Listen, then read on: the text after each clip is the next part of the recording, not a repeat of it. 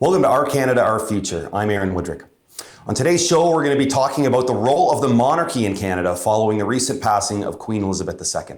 And to do that, I'm very pleased to be joined by Ben Woodfinden, Executive Director of Advocates for the Rule of Law and also a doctoral student at McGill. Ben, thanks so much for taking the time to join me today. Thanks for having me on.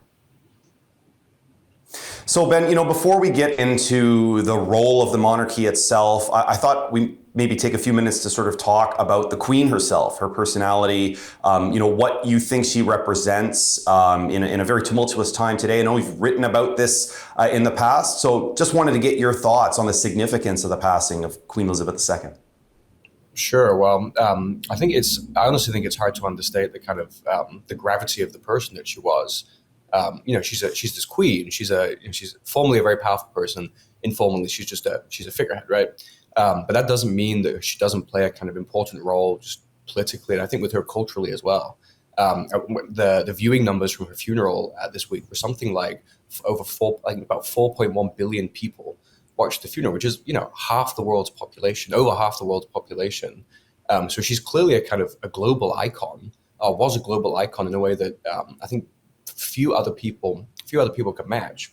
I think she's. I think if you went around the world and you tried to figure out who's the most well-known figure in the world, she'd have to be up there. At least in the top. Who could compete with her? Maybe a pope or maybe sports athletes, but I think she's probably close to the top. And the kind of person that she was, I think part of the reason people seem so not just British people, not just Canadians, not just people that formerly her subjects. These people are touched by her precisely because she represented the dignity with which she served in that role. Just made her a kind of a truly admirable figure. I don't think anyone's ever going to fully be able to. I don't think Charles is ever going to be able to fully match up with that. But she's clearly this. We've clearly lost someone that is not ever going to be replaced in that regard. Yeah, I want to touch a bit on what you mentioned, the word duty. I mean, she reigned for 70 years, and I think unless correct me if I'm wrong, I think she's the second longest reigning monarch in world history. It was only Louis XIV that was longer, and part of his reign was as a child, so he had sort of regents. Of course, the Queen acceded to the throne when she was in her late 20s, so she has been working essentially every day for 70 years, and I think that's a pretty remarkable thing when you think about it. Yeah, she wasn't far off beating Louis XIV, the Sun King's record. She was just under two. I think she was about just under 2 years away. And of course, she herself, she didn't become queen when she was a child, but she became queen when she was in her 20s, when she was 25, I think. So, she's part of having a long reign like that. Part of it is about luck. I shouldn't say luck, right? But to a certain extent, just when you ascend to the throne. But she, of course, she wasn't actually supposed to be queen when she was born. Her uncle abdicated, Edward abdicated, her father becomes king, so she becomes the heir. And then her father gets very sick quite young and her father dies. So she was not, she was not born to be queen in one sense, but in many ways, kind of, she was clearly uniquely suited for the role. Winston Churchill once met her when she was a young child, and basically, I'm forgetting the exact quote, but basically said like she clearly has the kind of the personality of a queen, this kind of commanding but dignified presence, and that's how she served, right? I think it's hard for us to really. It's for most of us who have never known another queen, another monarch, right? Charles would be the first other monarch that we've had, and she's really she's just if you just look at the kind of the period that she ascended to the throne compared to today and how much the world has changed. She really was a kind of this symbol of stability, this kind of rock of stability that carried on through basically the entire post-war era. So in many ways, I think her loss is the end of maybe we call it the Elizabethan era, but it's a true end of an era. And I think it's she's going to go back. She's going to go down as one of these kind of iconic figures of this post-war, but not just the post-war generation, but just the post-war era in general. Yeah, no question. When you serve for that long, as you say, you have to be quite old at this point to even remember another monarch. And I think that's what makes this passing so remarkable. Is I think a lot of people just sort of assume she might live forever. Anyway, we're going to take a short break and be back with Ben right after this.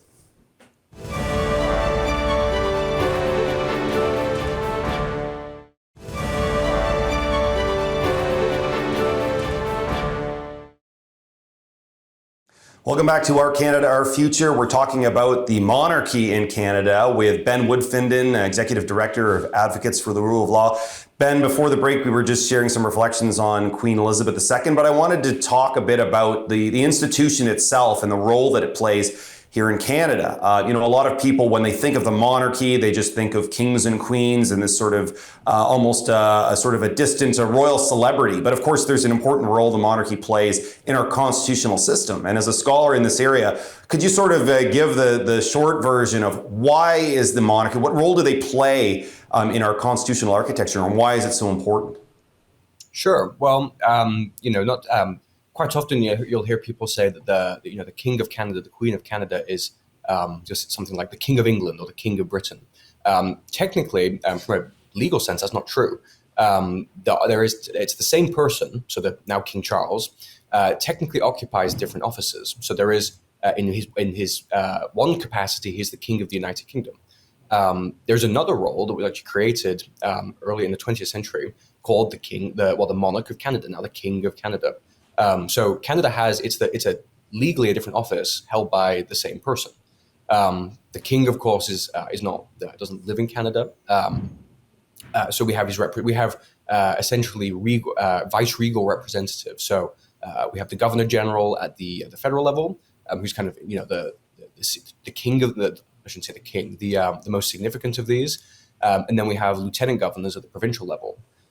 So they're absolutely symbolic figureheads. They have lots of formal power. On paper, they're immensely powerful. Informally, they don't exercise that power, right?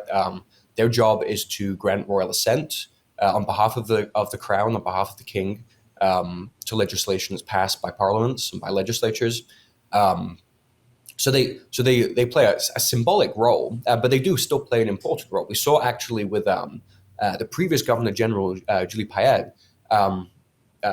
There is still an active role in actually doing the work. So signing off on things like ordering councils, which are essentially kind of executive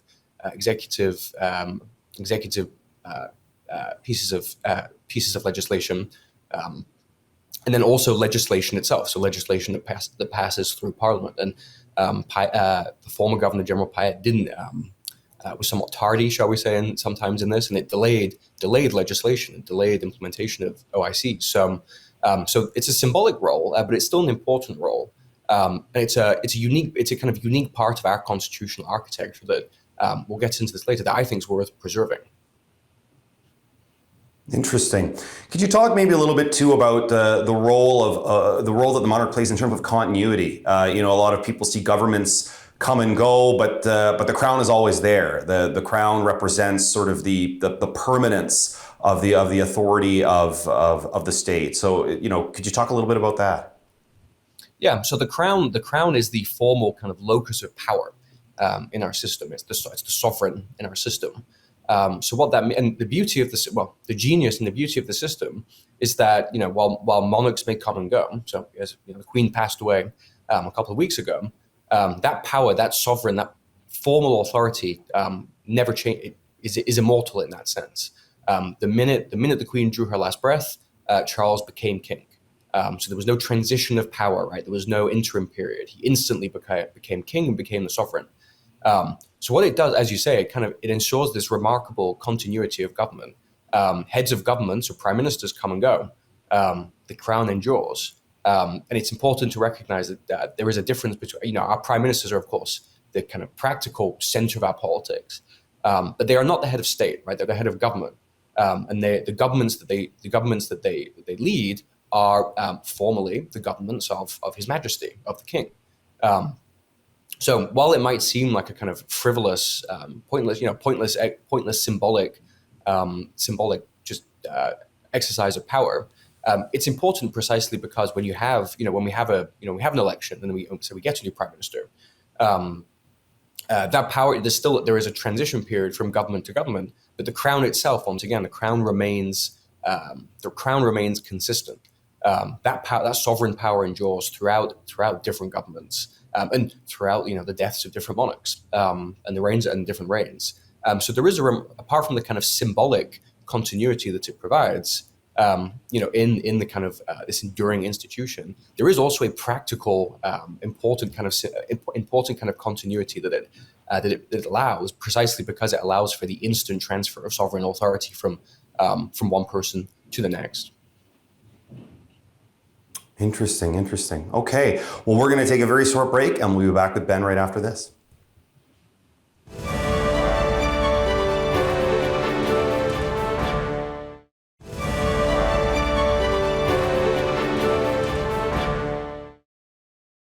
Welcome back to Our Canada, Our Future. We're talking with Ben Woodfinden, the Executive Director of Advocates for the Rule of Law, and we're talking about the role of the monarchy here in Canada.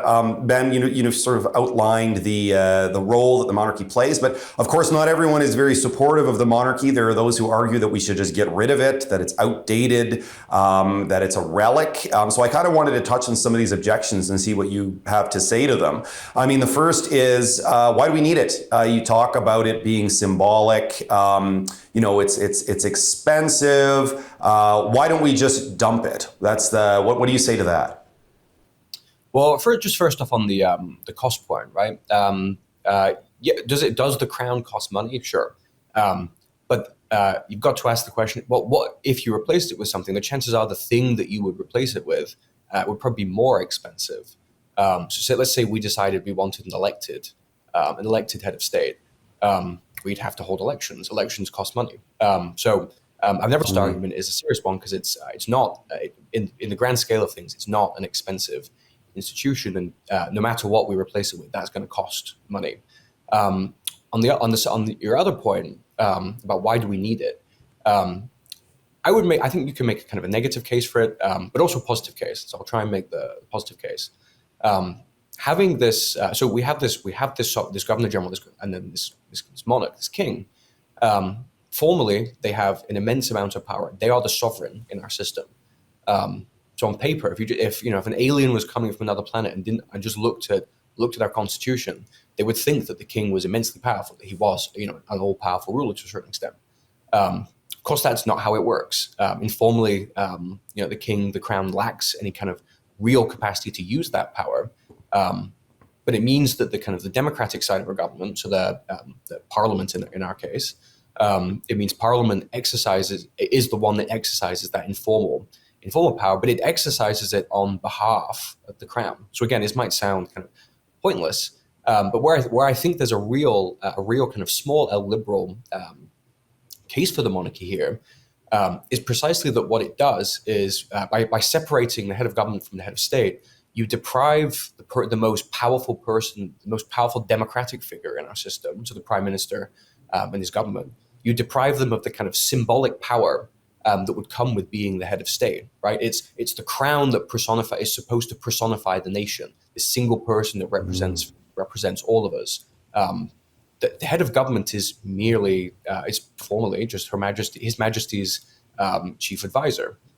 So what this does is it ensures, in some subtle but important way, that our head of government cannot claim to be this kind of larger than life, potentially demagogic figure that speaks on behalf of everyone.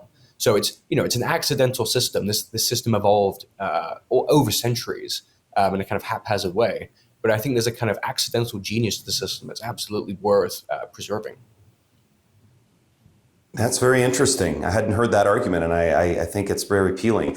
I wanted to ask too about, the specific monarchy, the British monarchy. There are some who argue that because of the historical wrongs that were committed, in the name of the crown, the role of the British Empire, the fact that there was colonialism, that these are reasons maybe, Canada is now an independent country, the monarchs don't live here. Is that a reason to maybe not question of having a monarchy, a constitutional monarchy, but the specific one that we have? Do you think that's a reasonable argument against it? I don't think so either. I think we should take those concerns seriously, and the idea that the crown might be a kind of symbol of colonialism. I think that's an argument worth taking seriously and engaging with. But I don't ultimately buy it. And in many ways, so it's important to note in the Canadian context, at least, that the various treaties that we have, that Canada has with Indigenous peoples, are treaties between the crown and these nations. So, is the crown in some sense a symbol of colonialism? Sure. But in many ways, it's also the crown actually represents an important path, I think, to meaningful reconciliation, because it represents a kind of these treaties represent relationships between sovereign nations in a certain extent, right? Between the crown, between the sovereign, and between these other nations. People will disagree on this. I actually think that that's an important reminder to all Canadians that the Indigenous peoples, Indigenous nations are not just they do play a unique role in our country, and they should play a unique role in our country. They are nations often with their own laws and their own customs, and that we should recognize them as such. And so, having these direct nation to nation, crown to Indigenous relations, I actually think is an important kind of, again, a haphazard, accidental recognition of this unique relationship we have with First Nations people. Very interesting. All right, we're going to take a short break and be back with Ben right after this.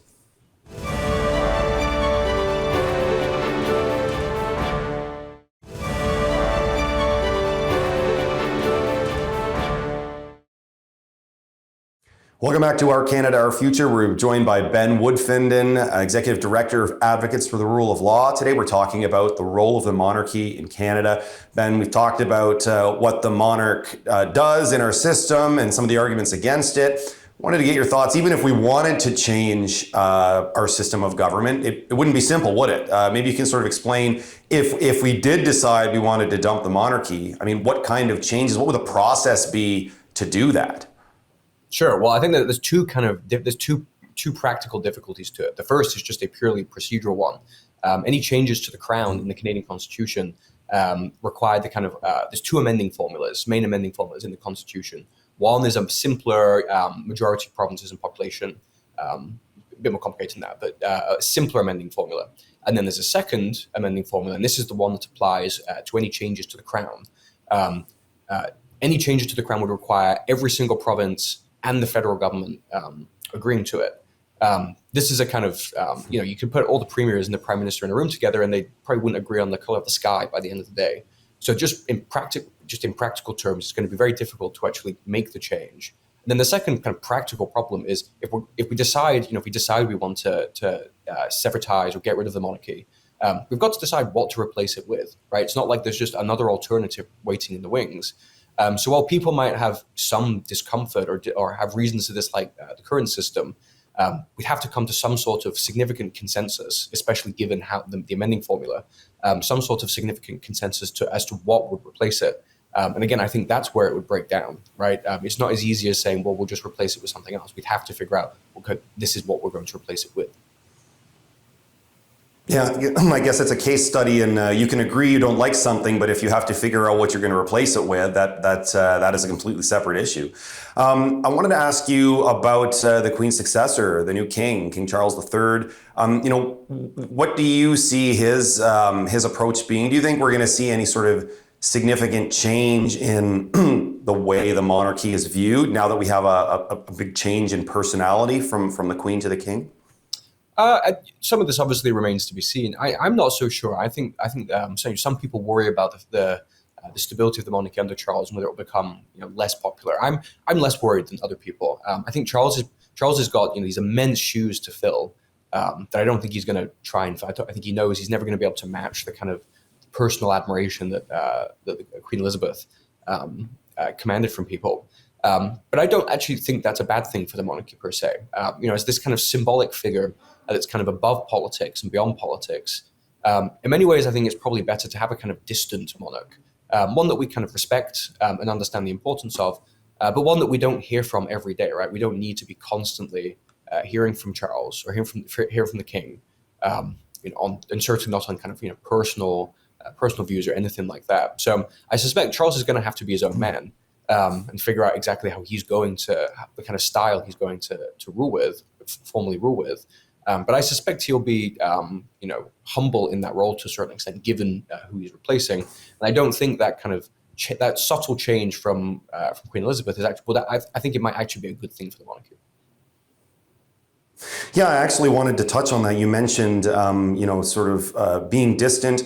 That is one of the things that people have raised about Charles, is that in the past he has made sort of what could be construed as political statements. He's taken positions on things. This is in contrast to the Queen, who is famously apolitical. I don't think she ever gave an interview in her entire life. Do you think that Charles will adjust his approach? Will he sort of take on that understanding that he should not be commenting on political things that he might have been, prepared to do when he was not yet king? Yeah, I think I don't expect you'll hear too much from Charles now that he's king. I think part of, we did hear from Charles from time to time, and some of his opinions are known on things. Part of that was just a product of the fact that, he's 72, it might be 73, 72 or 73. He's been the heir for a long time, right? So, things just come out. So there's just a kind of, and the Queen became Queen when she was very young. I suspect you'll hear Charles. He's been preparing for this for a long time. He understands. He clearly understands the gravity of of this job now that he's the burden of the crown. Now that it is symbolically on his head.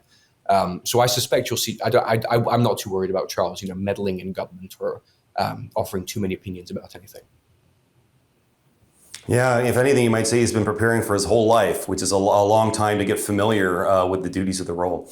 Well, I want to thank you very much, Ben, for joining us today. It's been a very interesting conversation about the role of the monarchy. And of course, I want to thank you, the viewers, for joining us. And we will see you next time on Our Canada, Our Future.